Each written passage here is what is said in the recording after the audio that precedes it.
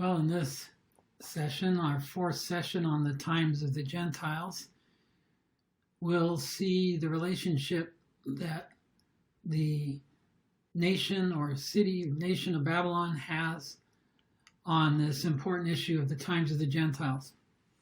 And in previous presentations, we've looked at different aspects of this phrase, the times of the Gentiles, which appears in Luke 21:24, when Jesus is discussing the coming fall of Jerusalem to Rome. He talks about this period of time where the Jews will be dispersed among the nations and that Jerusalem will be trampled underfoot by the nations or by the Gentiles until the times of the Gentiles comes to an end. And we made the case when we first looked at that the times of the Gentiles, if you just look at what Jesus says there, you get the impression they start when Jerusalem falls to Rome in 70 AD, but that actually is not a correct view if you have an understanding of the Old Testament. So we went back and looked at various aspects of the times of the Gentiles. We looked at the relationship of the times of the Gentiles to the dominion mandate that was given to mankind in Genesis 1. And then we looked at this idea of a Davidic ruler, what the expectations were for a Davidic ruler, and how the ruler on the throne of David was associated with what we call the mediatorial kingdom, which is a kingdom on earth over which a human governs that represents God. And then we looked at the fact that failed. And in the failure, a blood curse was actually put on a line leading from David down toward Jesus. And I say toward because it's not going to ultimately land at Jesus, as we'll see, I think, in our last presentation, the presentation of the king. Here, our focus is on Babylon, past and future. So one of the questions that comes up is, well, if we're talking about the times of the Gentiles and the Davidic throne and the rule on the Davidic throne, why are you bringing in Babylon? So one of the things we saw last time was that Jerusalem fell to Babylon under King Nebuchadnezzar and the king Zedekiah on the throne of David. So one of the issues here has to do with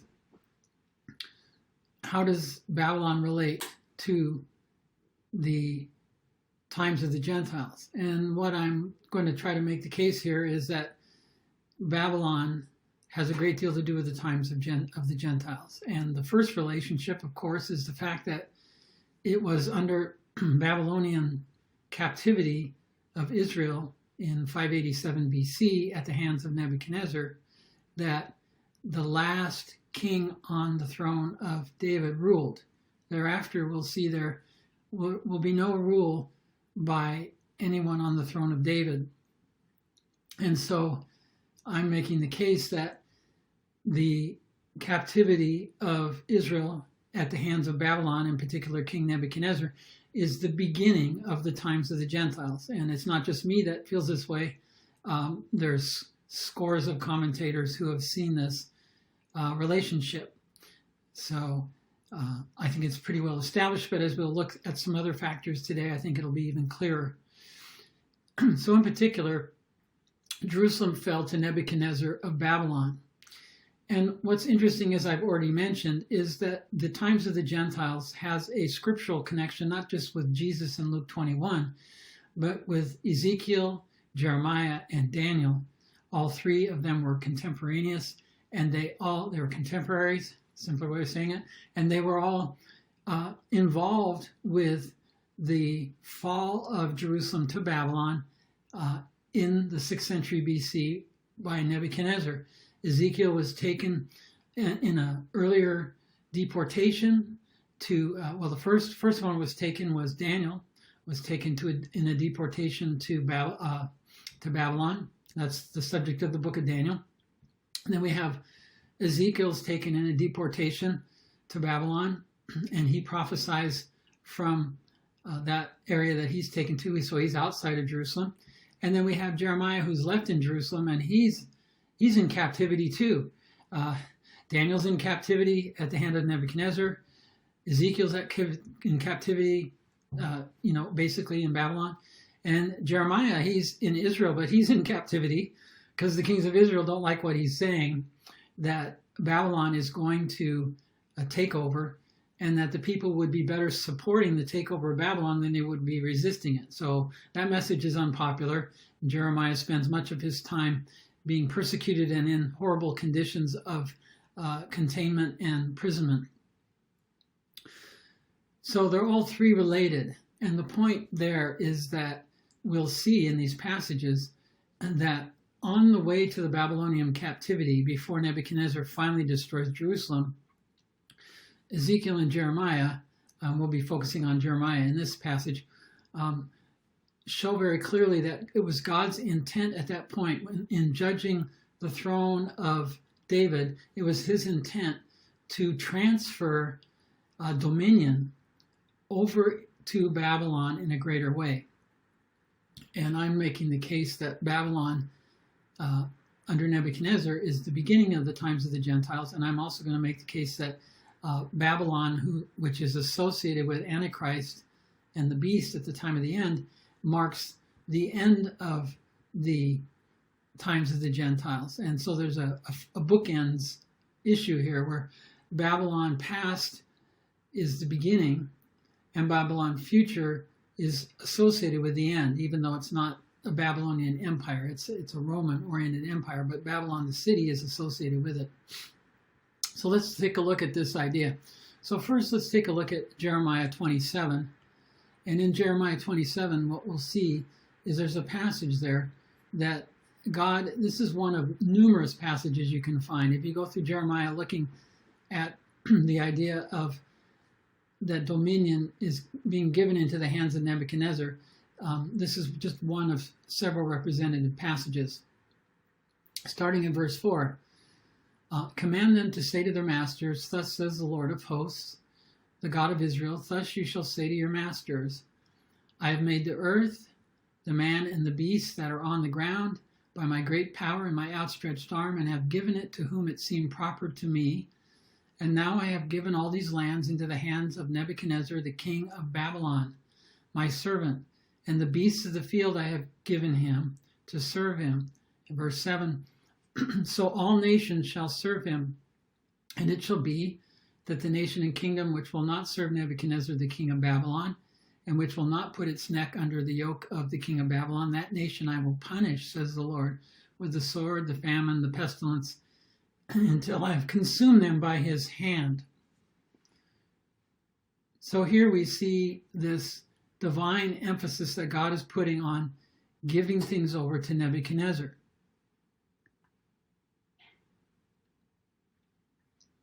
So as we go down and look at this, we'll see that it's not an accident that the book of Daniel is related to the book of Jeremiah and the book of Ezekiel, because there's a relationship between them, which is really significant. And the relationship has to do with the fact that when we get to the book of Daniel, what we'll find is that there's revelation given in the book of Daniel about a sequence of Gentile kingdoms. Does that ring a bell? A sequence of Gentile kingdoms. What are we talking about? We're talking about the times of the Gentiles. And we're talking about a time during which the throne of David is unoccupied. So one of the things I'm hoping you can see as we go through this is that from God's perspective, after the establishment of Davidic rule, the focus was on a mediator, a mediatorial kingdom that was centered in Jerusalem, and it was on the throne of David. But over time, as that throne became apostate and didn't uphold justice, God brought judgment not just on Israel, but also on the Davidic line, on the throne. And he did two things. He deposed the last king from the throne at the destruction of Jerusalem by Nebuchadnezzar, and he also placed a bloodline curse on Jeconiah's descendants such that none of them are allowed to sit on the throne of David. And so now we go over to Daniel. Well, what do we see in Daniel? Well, we see two different parallel passages that have a lot to say about the times of the Gentiles. And in my view, and in the view of quite a few others, these passages are exactly that, the times of the Gentiles, Daniel chapter 2 and Daniel chapter 7. So in Daniel chapter 2, we have Nebuchadnezzar's dream, which is a dream of essentially an image that represents a man, and it has a head of gold and chest and arms of silver and so on. It's got these different metals going down to these legs and then feet. And Daniel gives the interpretation of that dream. And the dream is a sequence of Gentile kingdoms. And Daniel tells Nebuchadnezzar, you are the head of gold. So this sequence of kingdoms appears to be a sequence of Gentile kingdoms started by Babylon at the time of Nebuchadnezzar. This is one of the reasons why, among many others, that I believe that the times of the Gentiles begins in the Old Testament in the 6th century, not at the destruction of Jerusalem in 70. So what happens there is that Nebuchadnezzar is that first head of gold. And then this vision of these different metals ends at the feet. And then at the feet is struck by a stone cut without human hands. And that stone fills the earth. And we know that that stone represents the rule of Jesus. And I want to suggest to you that that stone striking the feet is the end of the times of the Gentiles. That stone is a ruler who not only rules over the earth, but rules on the throne of David. He is the Shiloh, the one to whom it belongs. And so that entire image or statue, as it were, it's an image in Daniel 2, and then Nebuchadnezzar makes a statue of it, essentially in Daniel 3, that's all of gold, and he tries to assert that Babylon's going to be the entire Gentile period. But that's a whole different story.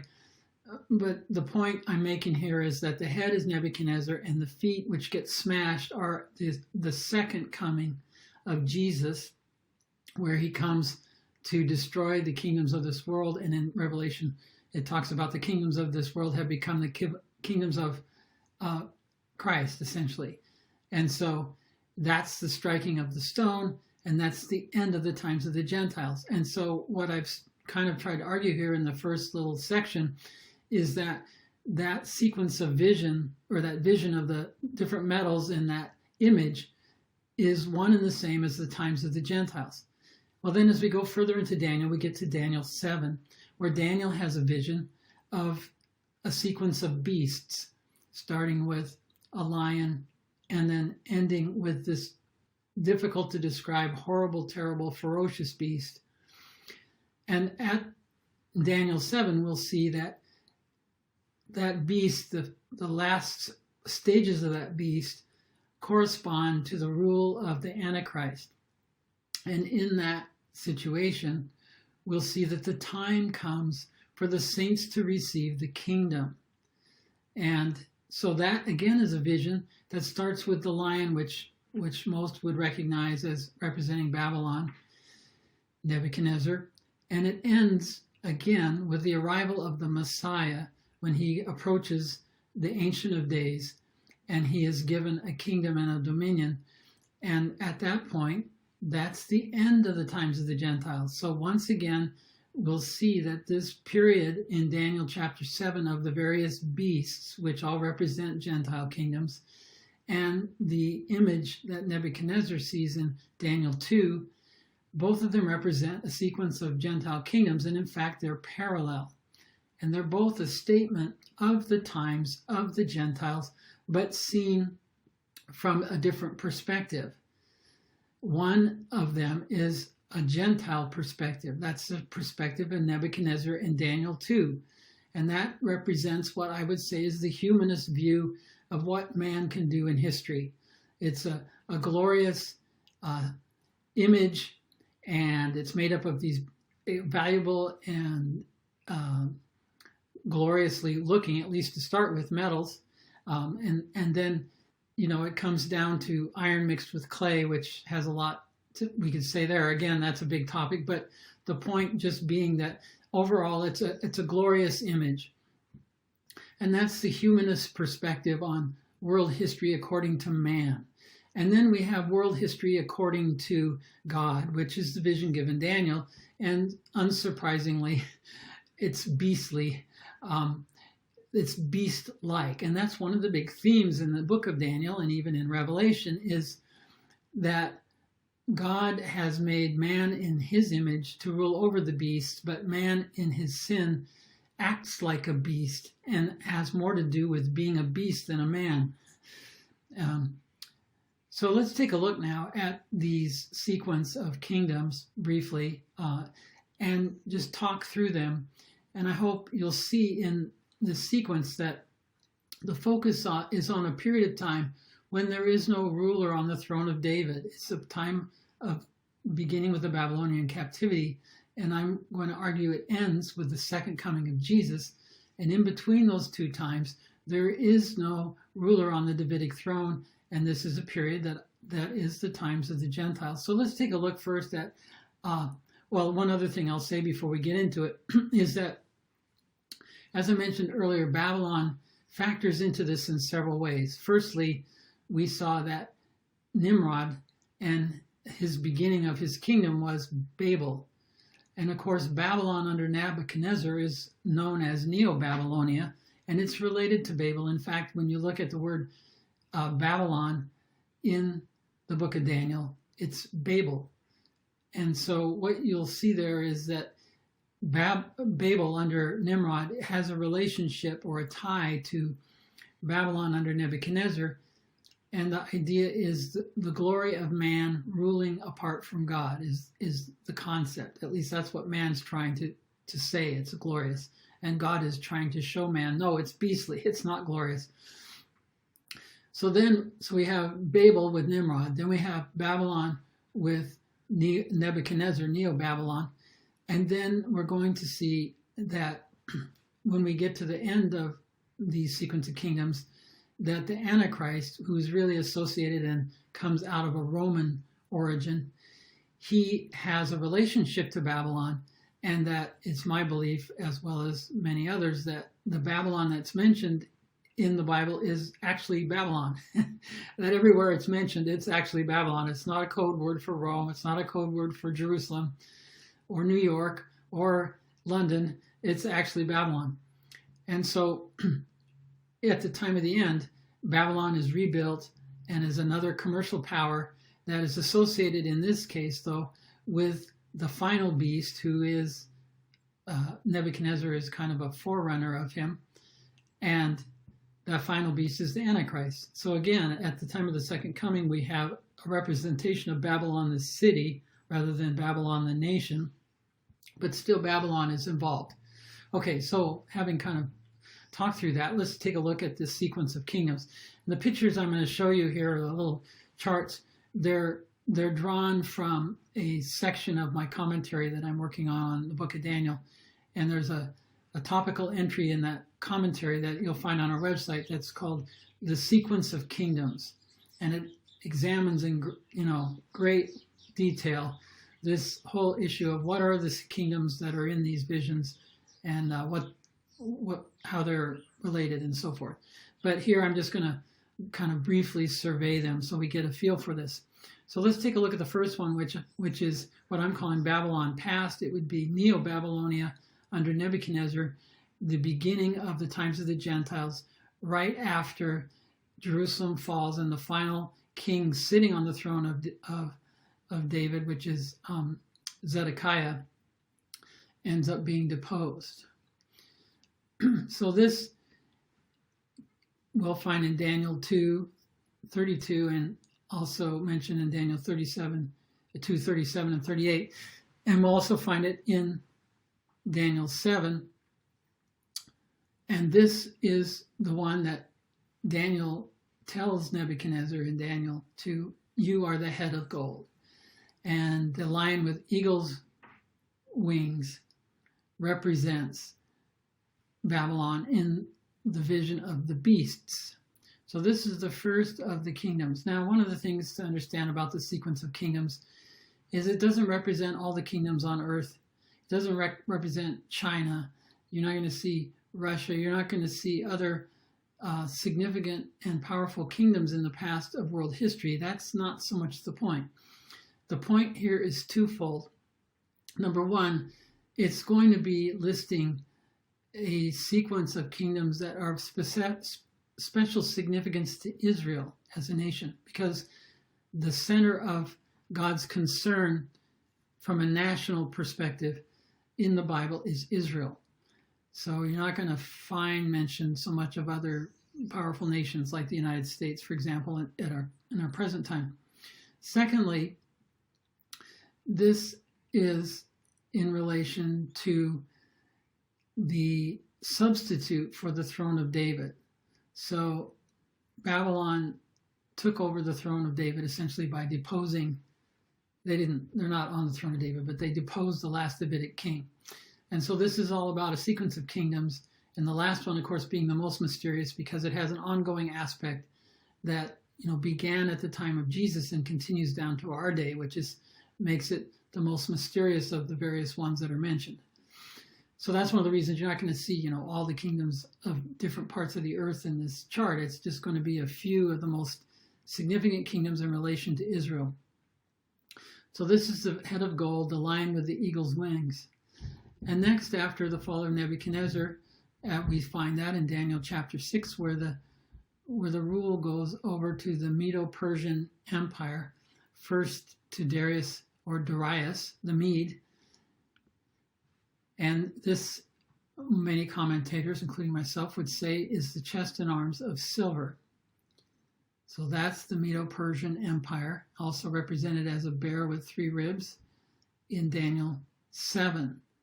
So now we've gone from Babylon to Medo-Persia, and then the next empire that comes along in both of these, the dream and the vision, would be Greece, or the Macedonian Empire, the belly and thighs of bronze in Daniel 2, and the leopard with 4 wings and 4 heads. The 4 heads seem to be the 4 generals that come out at the end of Alexander's reign. So some of these also we'll see are mentioned in the book of Revelation. If I go back up to Medo-Persia, you'll see that it's mentioned in Revelation 13, as well as the lion with eagle's wings. So one of the things I want to mention here is in the sequence of kingdoms, the kingdoms we're talking about here, the lion, the bear, and now the leopard, they all are seen by John in Revelation 13 as well. Because what Revelation 13 is doing, where we see the final king of the times of the Gentiles, the Antichrist, Revelation 13 is tying him in with the development of this stream that started in the overthrow of Israel by Babylon. So after the Greece rule, then we get down to this terrible beast, or the legs of iron, which most commentators would take as Rome.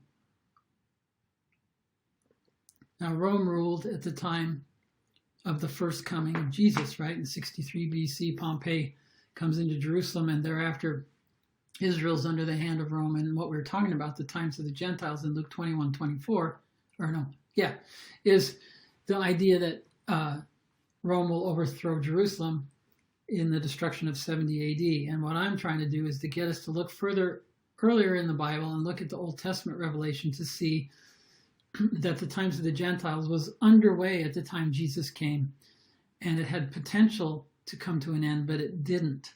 More on that in the next presentation. So this is the most difficult beast to understand, and the most difficult part of the statue as well, because the legs of iron and the terrible and dreadful beast have follow-on aspects to them. The legs lead to feet and iron mixed with clay and toes, 10 toes, and the dreadful and terrible beast has 10 horns and the problem there comes up with 11th horn and then 3 other horns. And so it's complicated too. And so this terrible beast is also mentioned in Revelation 13 as a composite beast, essentially. And it began with the Roman Empire at the time of Jesus. And of course, Christians are going to disagree. Those who don't believe in a future earthly kingdom or in a millennial kingdom are going to assert that this beast completely manifested itself and was done away with at the first coming, and that all the geographical kingdoms of the earth were subverted by a spiritual kingdom which nobody can see, that's in the hearts of men. And that's not the view I'm taking here. I'm looking at an earthly rule by a Davidic king, just like in the Old Testament. That's what I'm looking for in the next ruler to sit on the throne of David. So after the Roman one, we get to a more complicated situation, which I'm calling Rome divided, for lack of a better way of putting it. This is the feet of iron and clay, and the 10 horns on the head of this beast end up being 10 kings, as we'll see in the book of Revelation and in Revelation 13, and a lot more about it in Revelation 17. And our purposes are not to kind of go into that in detail here, but I just want you to see that we're still in a period of time where our focus is on a sequence of Gentile kingdoms. And the important thing is to see that even though things get more complicated even further, because the next kind of manifestation of this Gentile rule is on the final beast, there's a little horn, which is mortally wounded, and the little horn revives. And so you'll see that this little horn, it's mentioned in Daniel 7 and Revelation 13 and Revelation 11. He's not called a little horn in all of those, but I believe they're parallel passages. He is what we would refer to as the Antichrist, and he rules on his own. So it goes from a 10-horn situation to a single horn. And this is the final manifestation of Gentile rule. And notice that it's this one who is destroyed at the coming of Jesus. And so the next in the sequence is the stone cut without hands. It's the stone cut without hands that destroys all the previous kingdoms, and they are nowhere to be found. After the stone does its work, the other kingdoms are nowhere to be found. And as you see on this chart, one of the questions that comes up is, when did the stone strike? And I deal with that in my Revelation, or not in the Revelation commentary, but the Daniel commentary.